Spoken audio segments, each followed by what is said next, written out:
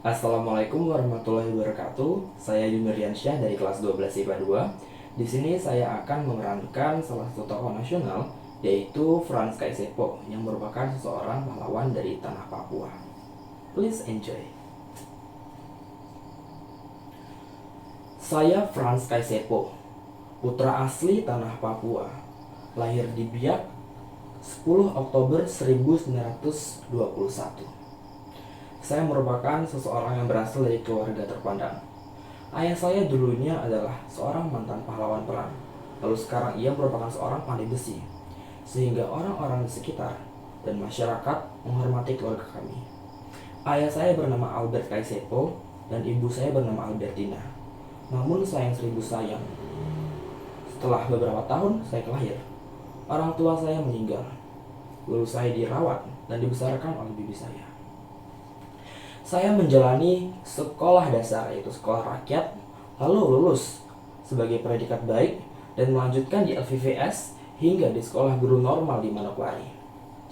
Pada saat itu tahun 1945 bertepatan dengan Hari Kemerdekaan Negara Indonesia, 17 Agustus 1945.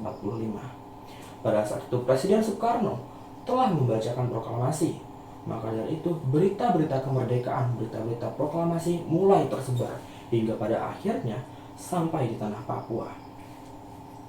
Martin Inde dan kawan-kawan sebangsaku dari ranah Papua semuanya untuk menanggapi dari proklamasi ini, untuk menanggapi dari kemerdekaan negara Indonesia, kita harus mempertahankan Indonesia dan membuktikan kepada Belanda bahwa negara kita ini sudah merdeka. Kita harus bisa mengusir Belanda dari tanah Papua. Lalu orang-orang dari bangsa Papua ini mulai saya ajak untuk melaksanakan sebuah aksi. Saya adalah Frans Kaisepo, orang yang mencetuskan pertama kalinya, orang yang pertama kali menyanyikan lagu Indonesia Raya di tanah Papua. Pada saat itu tanggal 31 Agustus tahun 1945, berita proklamasi telah tersebar dengan baik di Papua. Bertepatan dengan hari ulang tahun Ratu Wilhelmina Belanda, kami melaksanakan aksi, yaitu pengibaran bendera dan sekaligus melantunkan lagu Indonesia Raya.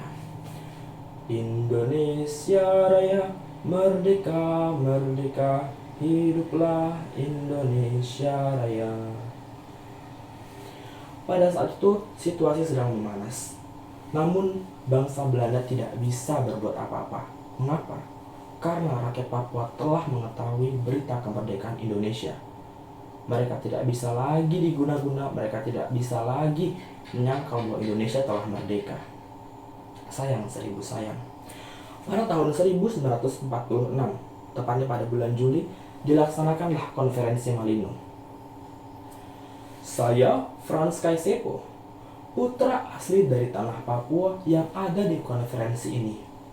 Dan dengan ini, saya mengusulkan penggantian nama Papua menjadi nama Irian, karena nama Papua merupakan hal yang menindas kami, hal yang mengolok-olok kami. Papua artinya keriting, Papua artinya jelek. Maka dari itu saya mengusulkan nama Papua diganti dengan nama Irian. Kata Irian diambil dari bahasa kampung halaman saya, yang artinya panas. Dan dengan ini saya juga mengusulkan bahwa negara Indonesia Timur untuk tidak dibentuk. Karena jika negara Indonesia Timur terbentuk, Papua tidak akan termasuk ke dalam negara tersebut. Dan maka dari itu, dengan demikian, saya mengusulkan Papua atau Irian masuk ke dalam Kepresidenan Sulawesi Utara. Namun jawaban Belanda tidak memuaskan bagi saya. Which Netherlands and hit Nitsin Elveturat Moset.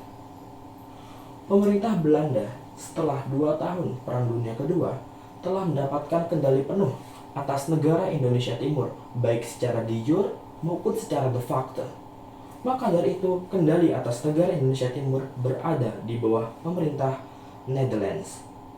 Saya sangat kecewa atas jawaban tersebut. Lalu saya mengusulkan kembali. Saya ingin Papua dan Maluku disatukan dan Papua masuk ke dalam Indonesia. Bangsa Papua itu harus dipimpin oleh orang Papua itu sendiri, bukan penjajah seperti Anda, bangsa Belanda. Hal tersebut cukup menimbulkan hal panas pada konferensi itu, sehingga konferensi ditutup dan menghasilkan yang tidak signifikan atau menghasilkan yang tidak seperti yang saya inginkan. Setelah itu dilaksanakanlah konferensi di Denpasar.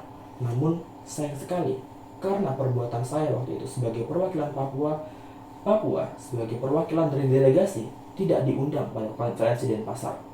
Hal tersebut merupakan salah satu alasan bagi saya untuk menolak konferensi berikutnya, yaitu tahun 1949 dilaksanakan konferensi meja bundar di Den Haag. Saya ditawarkan untuk menjadi delegasi, untuk menjadi perwakilan dari Belanda. Namun saya menolak. Salah satu alasannya adalah karena saya ditolaknya pada konferensi di Denpasar.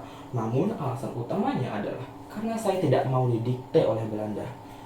Enak saja saya menjadi delegasi dari pihak Belanda.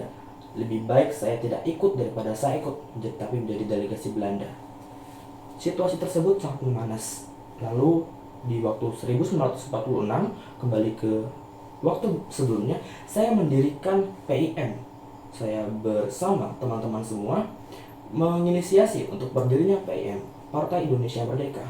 Partai Indonesia Merdeka ini bertujuan untuk mempertahankan dan memperkokoh bahwa negara Indonesia telah merdeka.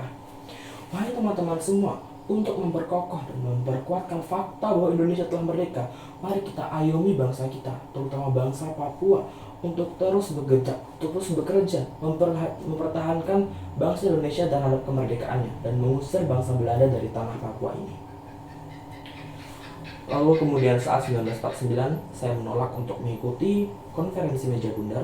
Maka dari itu saya dipenjara dan ditahan, dibuang ke fak-fak dari tahun 1954 sampai 1951. Pada tahun 1951 saya tidak menyerah karena saya kemudian menginisiasi untuk berdirinya Partai Irian Sebagai Indonesia.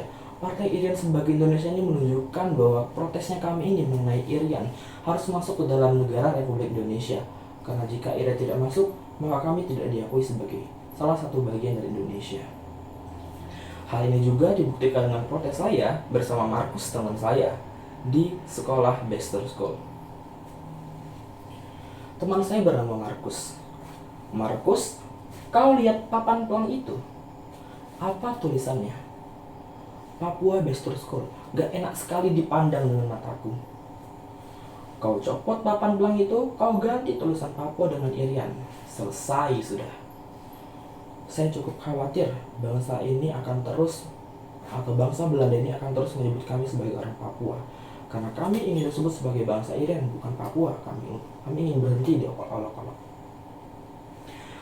Lalu, waktu sebelumnya, saya bersama dengan Martin Inde memimpin salah satu pemberontakan di Biak. Namun karena keterbatasan dan kebocoran informasi, kami digagalkan oleh pemerintah Belanda. Setelah saya memberontak, setelah saya dipenjara hingga tahun 1961, saya mulai mendirikan Partai Indonesia Sebagai Irian Sebagai Indonesia. Saya melanjutkan perjuangan saya, yaitu diangkat sebagai gubernur dan salah satu pejuang Indonesia.